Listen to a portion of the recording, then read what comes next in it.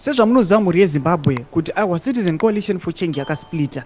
Pane mafunctions, kune vari loya kuna Nelson Chamisa, kune vari kuna Nasengizo Chabangu, but pane mashoko anoshamisa avhundutsa vanhu ayakata kuna Chabangu muzana. Nasana napinda mashoko ataura ndobva wasubscribe like turn on the bell icon. Kati mhanya tipinde mashoko ake anonyora achiti, those that think that the Citizen Coalition for Change is dead, forget and relax.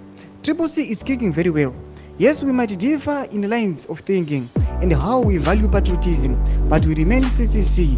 And as a member of the upper house of the Zimbabwean parliament, we have prepared for the SADC Heads of State Summit. Panapa tiri kuona sezvamunoziva mhuri yese kuti nyika yese iri kuda kudemonstrata, nyika yese yakatasira pana Nelson Chamisa.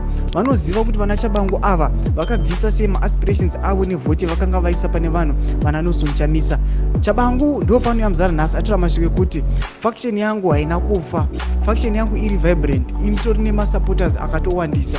Panapa nyangwe zvikanzi vanhu panapa takuti Nelson Chamisa ngamira apa, Chabangu ngaende kune stadium yake, tunoona anozadza ndiyani. Tinoona kuti aiwa Chabangu anenge angorikana nemhuri yake nevamwe vakomana vake kana 10 15, asangana vanhu vanombomutevera vanombomusapota. Ndo panoyatira mashoko ekuti aiwa tiri vibrant, opposition yedu yeCitizen Coalition for Change aiwa ine vanhu. Zvinotidzai mafungiro enyu motodi pamusoro mashoko atakwa naSengizo Chabangu awa. Bhira comment section medu, musano subscribe like and turn on the bell.